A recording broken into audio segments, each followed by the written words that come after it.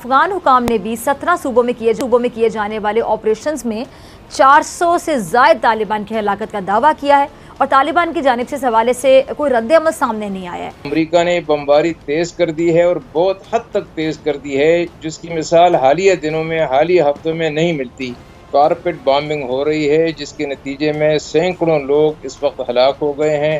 अमलाक को शदीद नुकसान पहुंचा है, आग लगी हुई है, सैकड़ों लोग जख्मी हो गए हैं। हम देख रहे हैं कि अमेरिका अफगान हुकूमत और फौज को असला और फौजी इमदाद जारी रखे हुए है। अब चूंकि टीटीपी पाकिस्तान के खिलाफ कार्रवाइयां जारी रखे हुए है। अमेरिका का जो सबसे खतरनाक हथियार है ऐसी सूरत हाल में वो B-52 बॉम्बर्स हैं।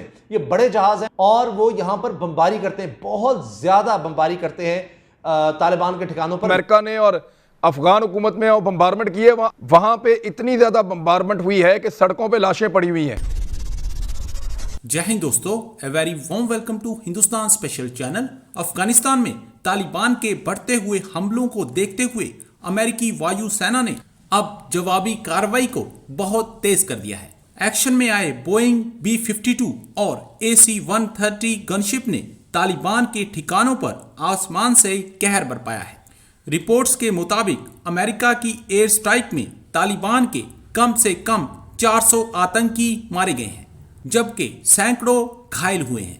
अमेरिका ने भविष्य में तालिबान पर और भी हमले तेज करने के संकेत दिए हैं। तालिबान ने भी अब इन हमलों के खिलाफ चेतावनी जारी कर दी है। पाकिस्तानी मीडिया तालिबान के हुए इतने नुकसान से बौखलाया बैठा है और बता रहा है कि अमेरिका की कारपेट बम्बिंग ने तालिबान में उथल पुथल मचा दी है और तालिबान में एक हड़कंप सा मच गया है।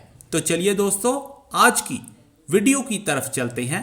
Thank you so much. Afghanistan से अमरीकी अफवाज के इनखला के ऐलान के बाद से मुल्क में हालात कशीदा होना शुरू हो गए थे। अब हालिया दिनों में दहशतगर्दी के बहुत से वाक़यात हो चुके हैं। अफगान हुकाम ने भी 17 सूबों में किए जाने वाले ऑपरेशंस में 400 से ज़ायद तालिबान की हलाकत का दावा किया है और तालिबान की जानिब से इस हवाले से कोई रद्द-ए-अमल सामने नहीं आया है। चंद दिन पहले अफगान सदर अशरफ गनी ने अपने एक बयान में कहा था कि अगले 6 माह में अफगानिस्तान में सिक्योरिटी की सूरत हाल बिल्कुल तब्दील हो जाएगी और अशरफ गनी का ये भी कहना था कि हमने अपनी तरजीहात तय कर ली हैं, हम मुज़ाकरात करेंगे या फिर मैदान जंग में दुश्मन के घुटने तोड़ देंगे।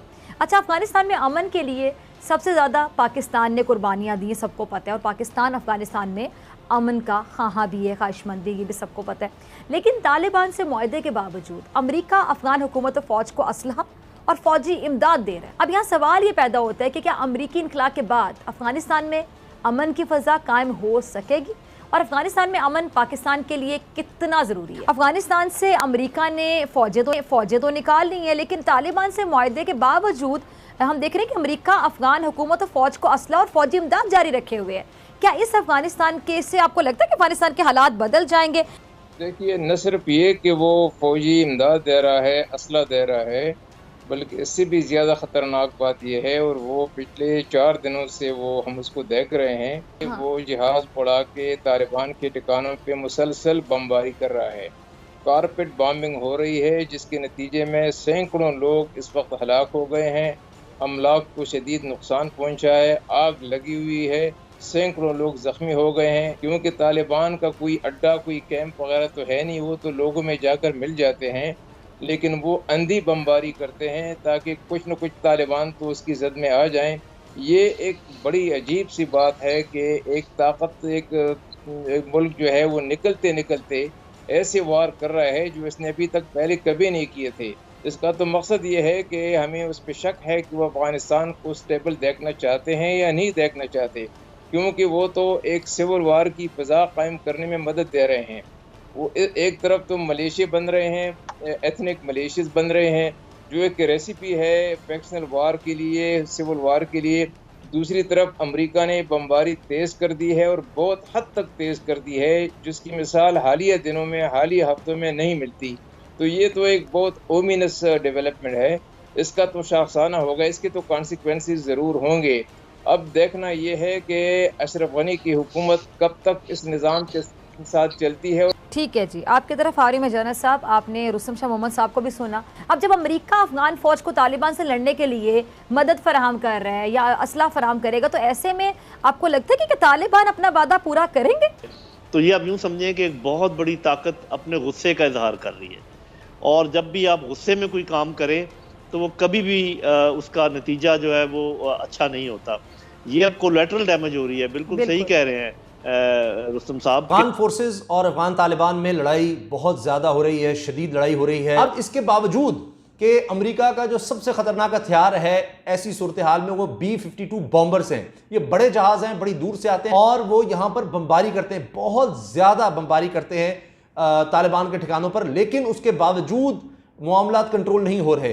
अब हुआ ये है कि अफगान तालिबान शदीद गुस्से में आ गए हैं और दोहा में यानी कतर में ही उन्होंने अल जजीरा को इंटरव्यू देते हुए तालिबान के तर्जुमान ने वाज़े तौर पर यह कह दिया है कि अमेरिका बाज आ जाए, अब मजीद मुदाखलत बर्दाश्त नहीं की जाएगी अमेरिका की तरफ से अफगानिस्तान में। अब ये सूरत हाल और ज्यादा अमेरिका के लिए बड़ी खतरनाक हो गई है। B-52 बॉम्बर्स जो हैं अमेरिका के, उन्होंने आके बम्बारमेंट किया, ये तो मुझे पता है, मुझे पता है ये उन्होंने बम्बारमेंट। अच्छा एक मिनट, उन्होंने वहां पे भी सरजमीन को फिजा को इस्तेमाल करके कौन से इलाके से आ रही थी, कहां से जा रही थी? ये बहरा अरब के ऊपर से गुजर के पाकिस्तान के ऊपर से गुजर के जाते हैं और ये इन्होंने हेलमंद का जो दारुल हुकूमत है लश्करगाह, वहां पे इतनी ज्यादा बम्बारमेंट हुई है कि सड़कों पे लाशें पड़ी हुई हैं। अक़वाम मुत्तहिदा ने कहा कि वहां एक इंसानी अलमिया हो गया है, जितनी अमेरिका ने और अफगान हुकूमत में बम्बारमेंट की है, वहां आम शहरी सड़कों पे लाशें पड़ी हुई हैं।